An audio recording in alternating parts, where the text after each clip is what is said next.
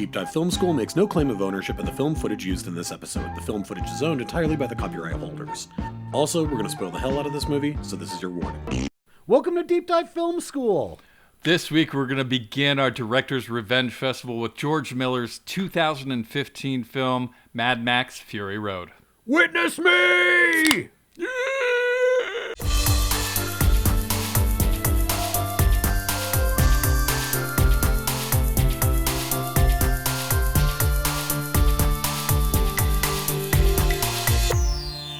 All right, everybody, I am Adam Sherlock. And I'm Adam Palcher. And if you like what you see/hear, please like and subscribe. You can find us in all the spaces and places that people find good media. We're trying to build up our channel, so leaving comments and subscribing and liking just helps us. Yeah, and playing along with the festivals is always a good time. So yeah, whatever you can do to help us, would really appreciate it. Yep. All that stuff. Let's get into Mad Max: Fury Road. We did our best films of the decade for the 2010s, and this was on there. Yes. I'm not sure. I think you had it on there. I think so. But it was definitely on my almost made it list of like pure. I don't want to.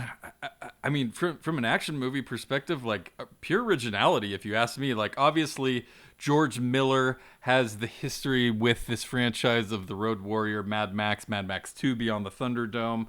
But then, like outside of those movies, everything else he's done is like kind of just like a good kids movie. Well, outside of maybe The Twilight Zone and Witches of Eastwick, which is still kind of a kids movie. I mean, Witches of Eastwick is, it's not a kids movie, but it's definitely lighthearted fare. Yeah. I think that this Miller in particular is one of the reasons why I came up with the idea of the Director's Revenge Festival, which was just sort of like, you know, and let's do it really quick before we get into the movie. Sure. Let's just look at Miller, okay? So, Australian director, you've got his very first film, huge splash with 1979's Mad Max, right? Then right after it, he does 81's Mad Max 2, otherwise known as The Road Warrior, right? Both of these, super young Mel Gibson. No one had ever really scratched the surface of this post-apocalyptic version of sort of the man with no name, right? I mean, obviously he has a name, but for all intent and purpose, these are not his stories, right? He is the Clint Eastwood character who saunters into someone else's story, and all you really know, the first Mad Max, he's still more of a cop, but really you can tell that the world is changing, and using Australia as the backdrop for this post-apocalyptic wasteland, which again had not really been a trope yet. I mean, you had other things at the same time, like A Boy and His Dog, and you had some stuff from like Heavy Metal magazine. But I would say at this time he reinvents the post-apocalyptic thing again with how he makes this movie so vibrant and colorful. He reinvents his own genre, right? Yeah. Which is kind of insanity. So anyway, after Mad Max keep going. 2, in 81, then he does the thing. He does probably the best sequence from the Twilight Zone movie with John Lithgow. Totally. A rendition of 20,000 Feet, Terror at 20,000 Feet. The original TV show version had Shatner, a young Shatner in it. Then he does Mad Max Beyond Thunderdome in 85, and then he stops. And you've got Witches of Eastwick, Lorenzo's Oil. Yep. Where the hell did that come? Babe, Pig in the City, and then Happy Feet 1 and 2. That's right. What the hell? Then he disappears for 4 years, and then Fury Road shows up, and Miller, who's at this point in his 70s, just drops the gauntlet and is like, "This is how you make an action film, you idiots!" Right? In 2015, when at this point we are waist deep in Marvel and DC movies, right? And we think that we understand A, how you use CGI, and B, how you do action movies. The Marvel movie the Marvel movie comparison at the same time is a great point that I hadn't thought about. That is a good point. I mean, this movie is obviously so stylized and really advanced for this modern age. What he wanted to do, this is probably how he wanted all of those movies to look like, right? I think Sure. at some point, as far as the costumes and the backgrounds and just that advanced technology, and everything is so extreme and ridiculous in the best ways. And my favorite part is that 80 to 90% of this is practical effects. Yeah. This is why it looks so good. The other thing is that it was edited by his wife, Marguerite Sixel, and she'd never done an action movie before, didn't know why he wanted her to do it. And he said, if it was edited by a man, it would look like every other action movie, which I love. And he's right. And he's Totally right. Because it does. totally right. It has a feel and a pace. I mean, this is basically a 2-hour chase scene for the most part, this movie. Oh man, it is as lean as the War Boys are. It As is far like as- not a single ounce of fat on this As- entire story. Yeah, as far as the story, you're just kind of following these people and wondering what happens, but you're so enamored and caught up in how it looks and what's going on and how extreme things are in the War Boys and all that stuff.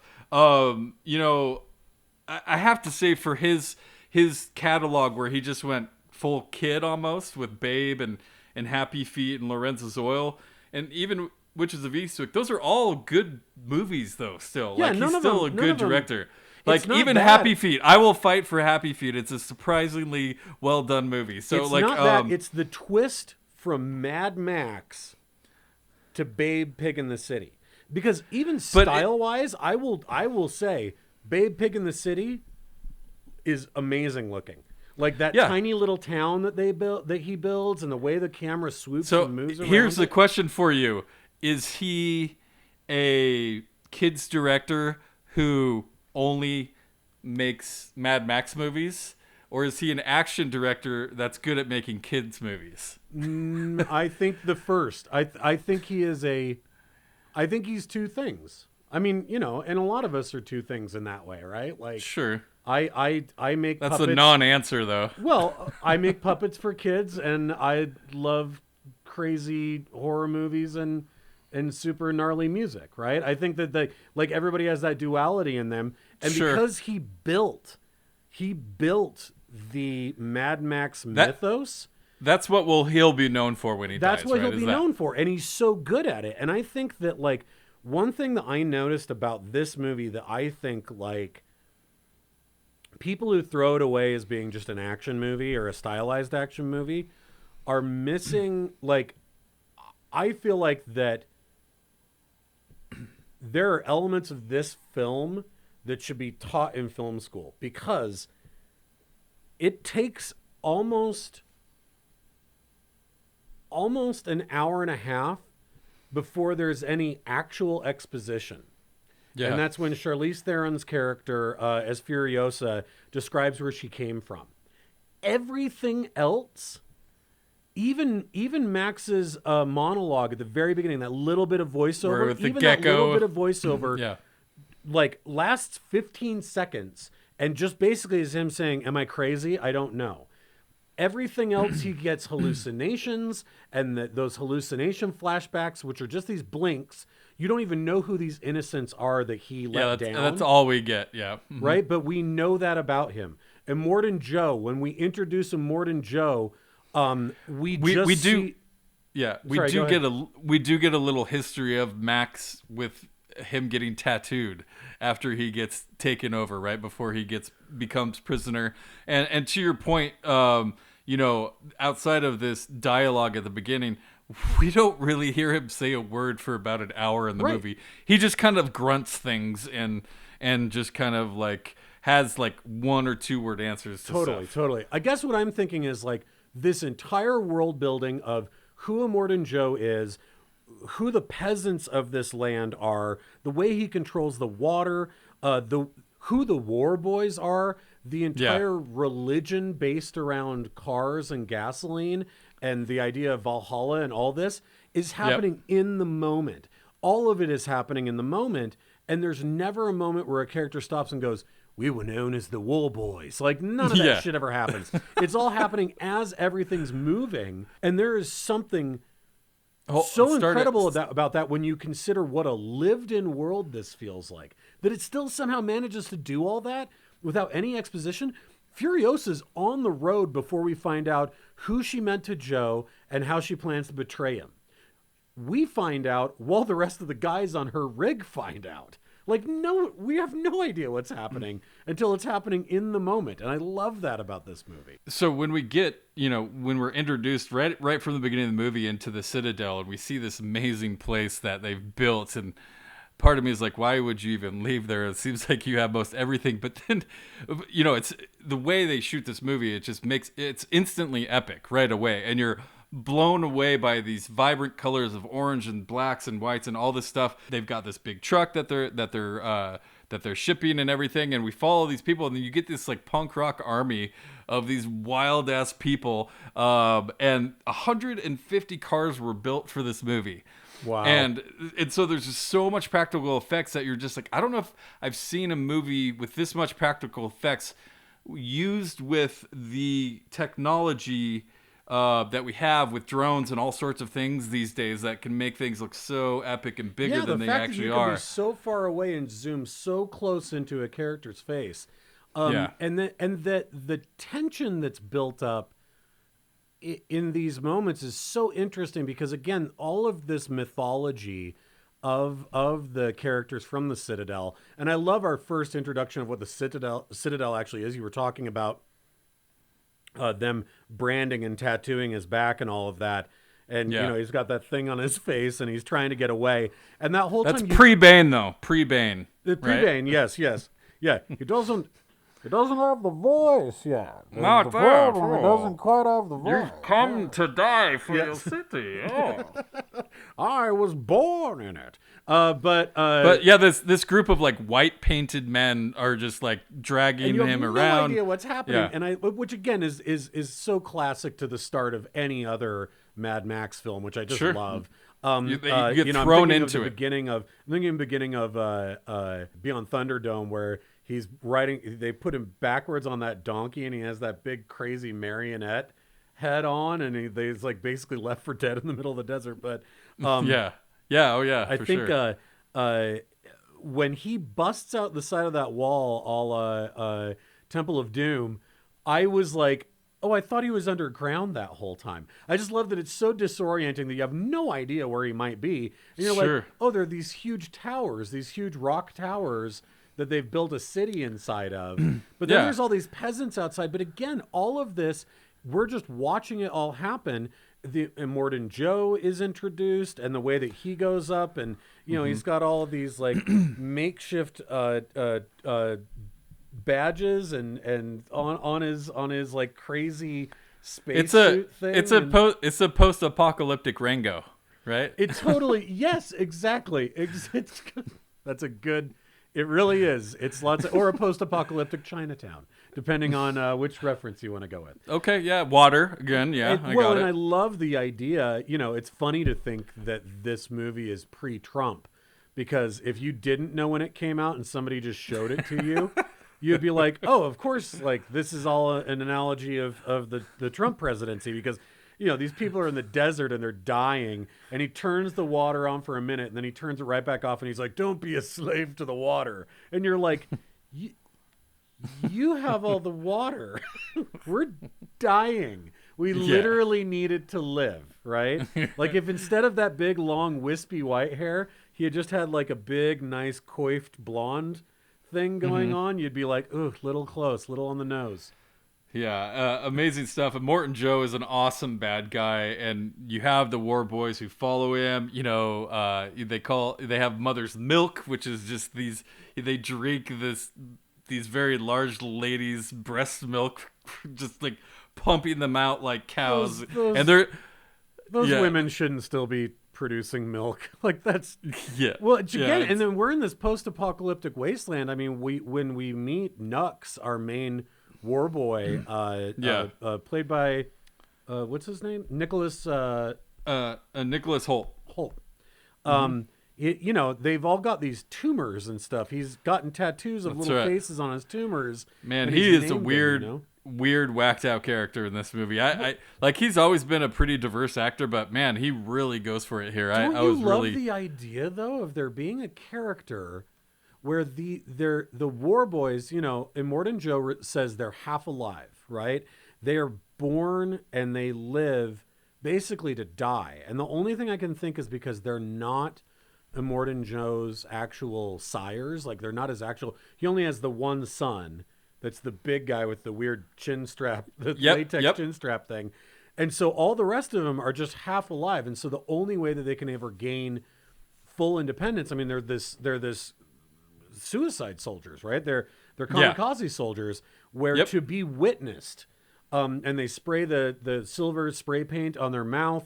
And then they get to go to Valhalla where they get to be with all the rest of the true warriors. Witness! Yeah, witness, right? Like bear witness. But again, all of that done without any exposition. We literally see Nux's best friend do it. And because we watch the ritual, we understand how important it is. And when Nux tries to do it himself, it doesn't work. And what an interesting character, to have a character who's lost his only reason to live, which is to die by suicide in war. Right? Yeah. And you go, now what's he supposed to do? And you go, oh, I love that character. What an amazing idea. From actual orders from his leader, too. Like, he was in the best position. And he was handed the keys. He was handed the keys to Valhalla, and he messed it up. You know, and I think, obviously, those, you know, his character is very important because his blood bag, Tom Hardy, Max gets dragged along with him and gets basically tied to the front of this chaos chase. That is getting Francesca. That is the best. That is probably the funniest and weirdest blood bag to get Max into the fray, right? I agree. It's like just pure coincidence that he was there, right? It was just, but that's kind of the other movies too, to a degree. It definitely right? is, but this is just so much more gallows humor. Like, normally it's like, well, bring the slave along, but this time it's like, Nux wants to be in battle, but he's low on blood. So they're like, bring your blood back. This movie is just a blast to watch. It's just nonstop action. It's fun. You barely have time to breathe. And when we do, it's about 45 minutes to an hour into it. But like the originality here is so unique in its own thing. Like, you think of like the bad guys' cars that have all the spikes on them, and you have the guitar player, obviously. The guitar player obviously spraying gasoline and fire. That was apparently controlled by a whammy bar, and everything. I mean, that's great because you think of like old colonial era soldiers going into battle, and they have like the little drummer, and they have like the flute player, right? And you're like, yeah, what is the gasoline and souped up war car version of the flute player and the drummer? And you go, sure. It's like a crazy electric guitar with a wall of speakers. Again, everything in this movie. And it's funny too that, and I guess Beyond Thunderdome has more nuance to it, but definitely Mad Max and Road Warrior, there is no feeling of tongue-in-cheek in either one of those movies. Like, nope. It's like, it is post-apocalyptic, like guys in hockey masks driving crazy souped up 18-wheelers. I guess there is a few things that you could probably chuckle at, but not to the level that this is. This is next level. But it makes me wish those had more of that, though. Totally. Now, well, and right? what it makes me realize, because the other thing is, yes, Beyond Thunderdome had Tina Turner, and the Road Warrior has a female lead also who's a very strong woman. But what Fury Road does is it shows that all of this fanfare, whether it's the giant wall of speakers and the crazy electric guitar that shoots fire, or it's the huge jacked up 25 wheelers that are just like guzzling gasoline, that all of this war and violence is all just acts of compensation for male fragility. Yeah. And that the fact that, again, as a guy in 2015 in his 70s, understood that nuance to be like, this is a woman's story, and Max is just there to help. And a woman edited it, all that, yeah, Like, all that stuff. The main character is a woman with Charlize Theron. That is a like just even talking about it now still blows my mind. I'm like, that's a level of insight and interest that 6 months before Fury Road came out, if somebody were to be like, do you think that the director that made Mad Max and all those movies could come back and do it again? I'd be like, tonally, it probably would feel pretty weird because it'll just feel like a big dick fest, right? And instead, it's like he did this, and it totally works. Like every ounce of it works. I agree. I can't think of many other movies that are a extension of a franchise that is better than everything else before it. And still made by the same person, right? And the same person was involved in it, and so that just rarely ever happens. But when people start parodying your movie like a month after it's out, you've done something right? Oh, definitely. We get this scene where they go into the sandstorm and start chasing, and they get lost, and there's a big crash, and Tom Hardy and Nicholas Hoult kind of they crash, and he gets away, and you think he's dead. He looks dead. And Tom Hardy starts dragging himself to their guzzler, and he walks up all, nervous. What's going to happen? Is he going to get jumped? Whatever is happening here. And he comes up, and it's just 5 beautiful women like showering. It was a hilarious part of the movie. In the middle of the desert, one of them's pregnant. You're like, I'm sorry, where are we? What the hell's happening? But then you get this whole story, and Charlize Theron makes her big pitch of, she's escaping with his Joe's 5 wives, and I just love her character. She's such a badass. She's got the spray paint, but it's the black across the eyes, shaved head.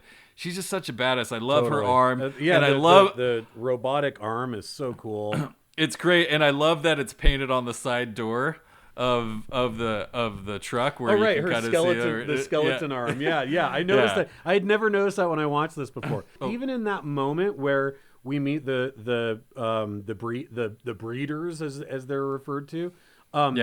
Even that isn't so much exposition as her being like, I stole them. That's them.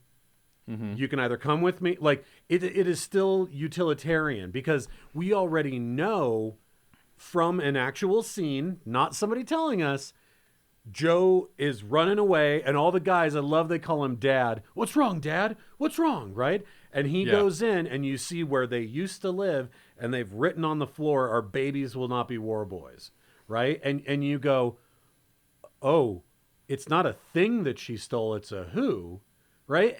Again, all of these elements are done so well that by the time we see those women standing there rinsing themselves off with the water, we understand everything that's happened, right? And you go, for how complex everything is, like, that's quite a feat. Like, that's pretty impressive. No doubt. It's quite an astonishing movie. I think there's a reason why it was on our best of the decade list, right? I know we talked about it. The colors in this movie are what make it stand out from a lot of other post-apocalyptic movies. There's these deep blues, these vibrant oranges. They're in the desert. We get this big archway with the rocks where she's made this deal with these guys for some gas, and they blow the rocks. But it's just like this amazing setting that they're in that you just don't see. And all of this, what we find out is the pregnant one obviously is that's Joe's kid, and it's the child perfect in every way. Yeah, you had a little brother. But that's a major part of Joe's motive here, right? That just like suddenly gets released. You're like, oh, okay, these are all of his wives and all this stuff. And to your point, male fragility. Mm-hmm. And all these guys are backing up, and I don't know. The other two weird S&M. The other two weird S&M old like politician dudes. The one guy, in their dress, he's got the suit on, but then like the nipples are cut out of his like Brooks Brothers suit, and he's got like the nipple clamps on it, and he's got the weird like brass nose. He's got this weird like steampunk nose where his regular nose should be. And, Yeah, this movie's got a lot of steampunk to it for sure. and those two guys are talking while Immortan Joe's not around. And he's like, all of this just for a domestic dispute, right? Because that's all they think of it as. Is it's like, oh, Joe lost his wives, and so Yeah. we're gonna burn through like Yeah. hundreds of gallons of gasoline and kill a bunch of war boys. Like, what Yep. the hell, man? Right? Like, I that, love that guy, the people eater is his name. the people eater. Yes. Yes. The actor who played Immortan Joe, Hugh Keys Byrne, just passed away in December of last year. Okay. But who played Immortan Joe also played the bad guy in The Road Warrior, and in that movie, his name is the Toe Cutter, which is again a great name. But so he got a reprise here as playing Immortan Joe, which I just love because as the Toe Cutter, he was so great.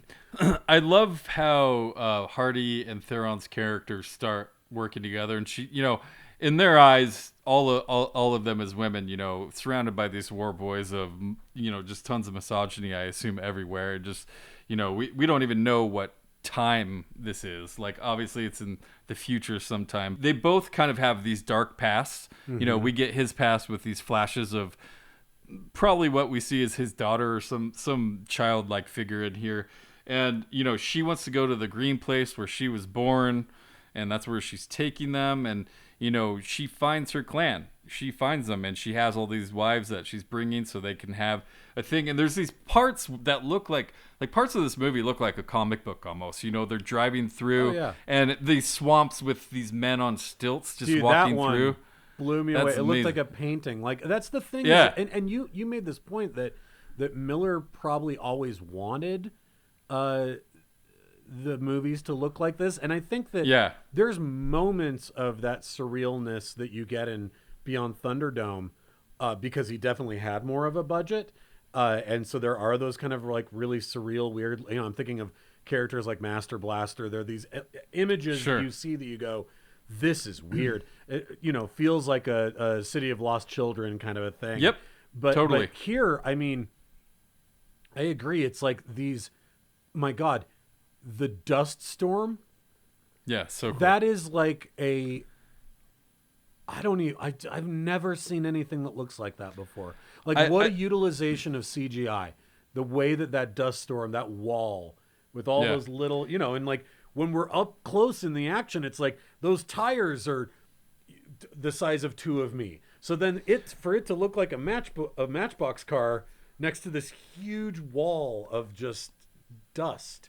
And the amount of so stuff that's going on, and the levels and depths he went to with these practical effects. You have this one scene where we're hour and a half into the movie, and these guys, this new thing comes out of nowhere where they're on these things and they kind of fall back and forth like this, and you're just like, that's genius. Like, how did why hasn't these been here the whole time? But he keeps introducing these new things. They have that great scene where they're like keep spitting gas into the intake of the car, and they're just like battling it, and I don't know. Well, you're totally right. It's way more.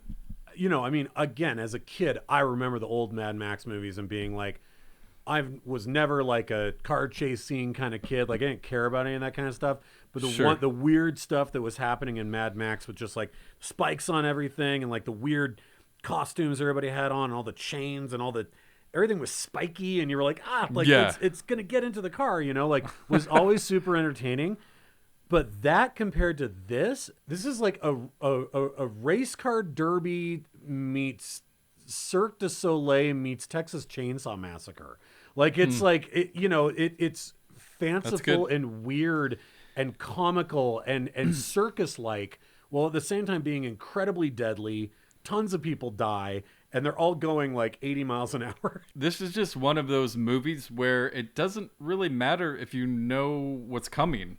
It's purely told with style, and sometimes that's enough to make something awesome, but then you have this layer of the story where we get that reveal, and you're like, holy shit, okay, that's where they're going to the green place.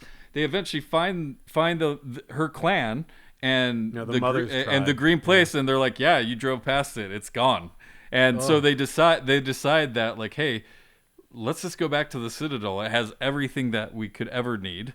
Everyone should have something there, and they really that's kind of their thing. And Furiosa, brings that back along and turns this whole crew of people chasing her all the way around, and it's an amazing movie. The comeuppance for Joe is probably up there with some of the best, like, gut ripping bad guy deaths. Well, and because that's the thing is, again, to this male fragility thing, the very first time that we see Joe, the doctor, the weird doctors that are there are working on all these huge pustules and boils all over his body. That's right. And then they put over him but they're throwing like some salt or something, something, like powders and stuff onto it. Powder on it. And then they close him into his, Masters of the Universe He-Man outfit that has airbrushed muscles on the front of it. Right? And so you're like, he's held together by a nickel and a fucking wish, man. Like, once that plastic outside It's Mr. Burns. Off, yeah, he's Mr. Burns. Like, once that plastic outside comes off, but of course, with it on, he's got all of his badges and his medals, but like the muscle lines are totally airbrushed onto the front of that thing, which just makes it so funny. And like, his actual face underneath that gas mask, he's super wounded and weak, and it's all right. But then on the front of it, he's got fangs, and all of it's for show. It's all fake. It's fake. It's all fake. And even the women try to tell that to Nux. They're like, you were brainwashed.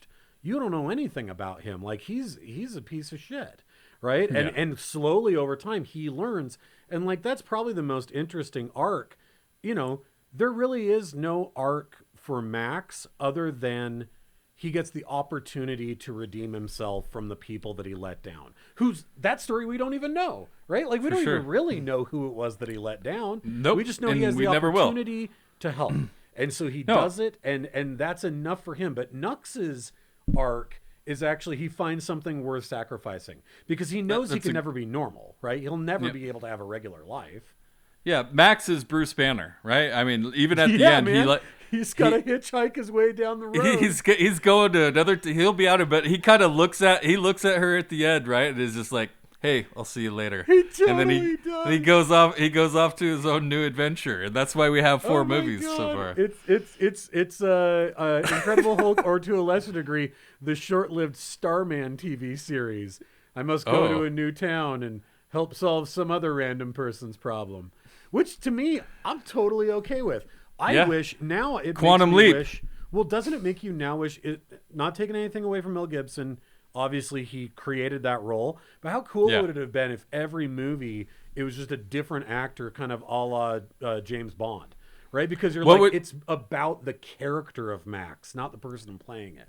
How would you feel taking Gibson's whatever personal life out of this, having him come back to reprise the role of Max and be in the Tom Hardy role? Because that was talked about at one point with this movie. I mean, again, unfortunately, it's a bell you can't unring, and so that would be the thing.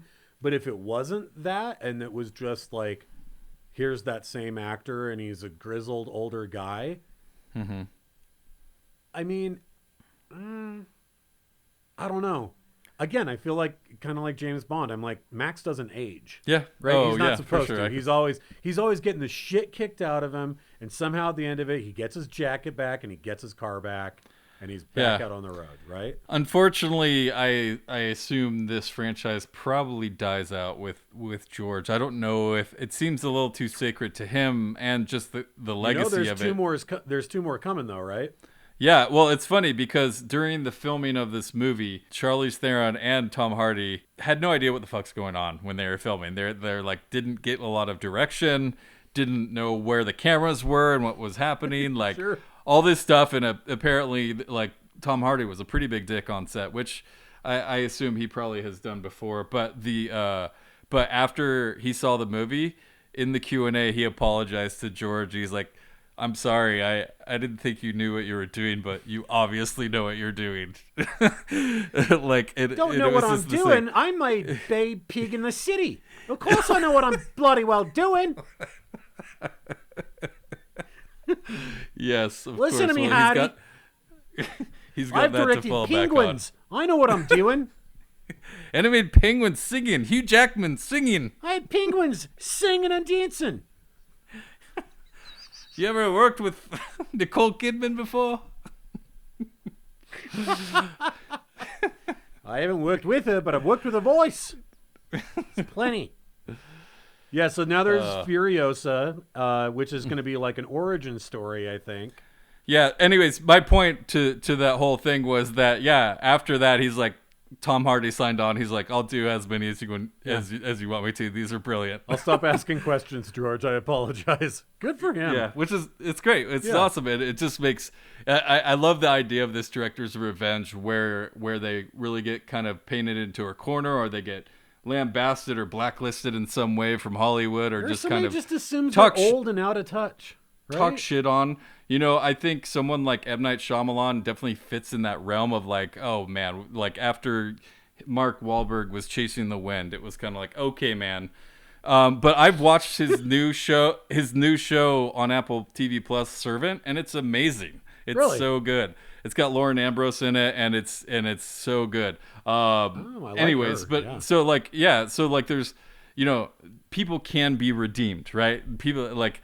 You just got to stick with it. I think, I mean, Woody Allen tried to do that for a long time, and now it's finally coming back to him. But I mean, he tried for a long time to just push through it, and made some amazing stuff, undeniably. But whatever, it is what it is. So, but I love the idea and the framing of this festival. I'm super excited. We're gonna get into Rian Johnson and Knives Out. I believe next week we're going to get into Ridley Scott and The Martian. Yes. And what was the last one? The last one is your man, Sidney Lumet. Oh, yes. Love And, Sidney Lumet. And Before the Devil Knows You're Dead. Yes. Very excited for this festival. Excited to share it with you all. Please like and subscribe if you guys are into what we're doing.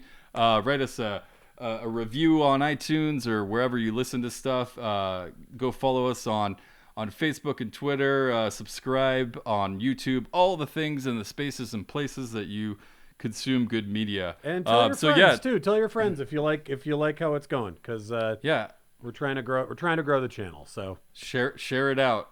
But appreciate it. Next week we'll be back with Knives Out, and very excited to talk about that one. And we'll see you then. Bye, you guys.